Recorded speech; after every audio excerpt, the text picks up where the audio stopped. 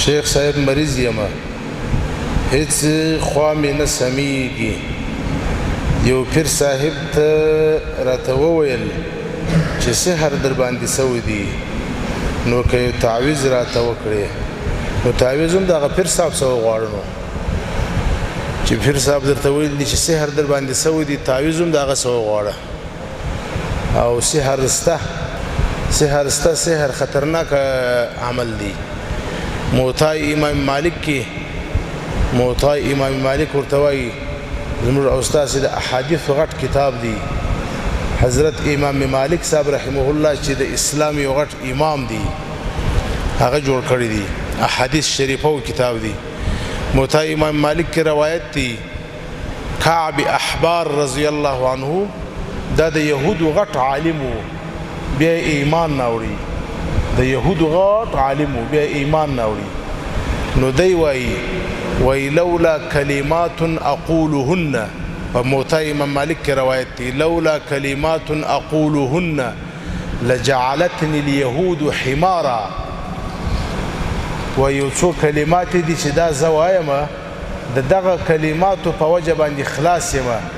که مې دا کلمات او دعاوې نه ویلې، نو یهودو به زما څخه په سحر باندې خر جوړ کړی وای.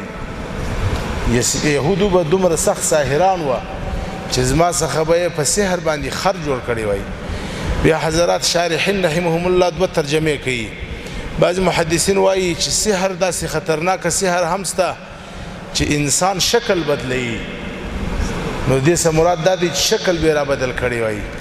او بعضې بیا وایي چې لجعلتني اليهود حمارا، یهودو به په سحر باندې زما څخه خر جوړ کړی وای، یعنی عقل به را ختم کړی وای، عقل به بند کړی وای، را ختم کړی وای. او قرآن شریف کې الله جل شانه د ساحرانو په باره کې فرمایي، ويتعلمون منهما ما يفرقون به بين المرء وزوجه. دا ساحران هغه څه زده کوي چې د هغه په کولو یا په ویلو سره دی ښځه او خاوند سره جدا کوي، ښځه او خاوند. دا ځان ته مسله ده، وما هم بضارین به من احد الا باذن الله. تر څو چې د الله پاک فیصله نه دی، مختار نه دی. خو لکه په دنیا کې چې اور سوځل کوي، داسې په دنیا کې یو څوک په کاڼي وویلې سر یې ماتېږي.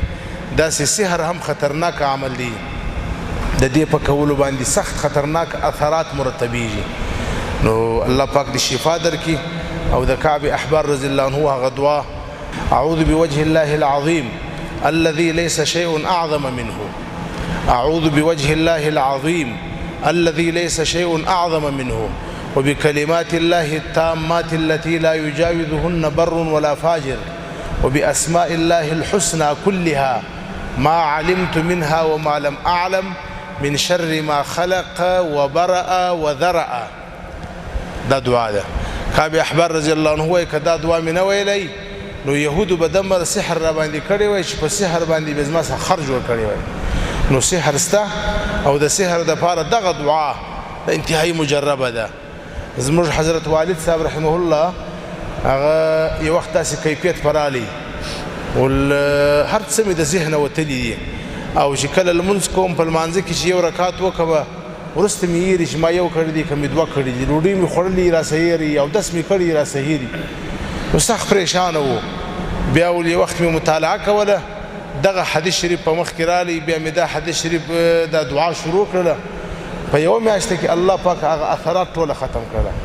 اعوذ بوجه الله العظیم الذي ليس شيء اعظم منه، وبكلمات الله التامات التي لا يجاوزهن بر ولا فاجر، وبأسماء الله الحسنى كلها ما علمت منها وما لم أعلم من شر ما خلق وبرأ وذرأ. دا دعا شروع که الله پاک به د ساحرانو سحر ختم کړي.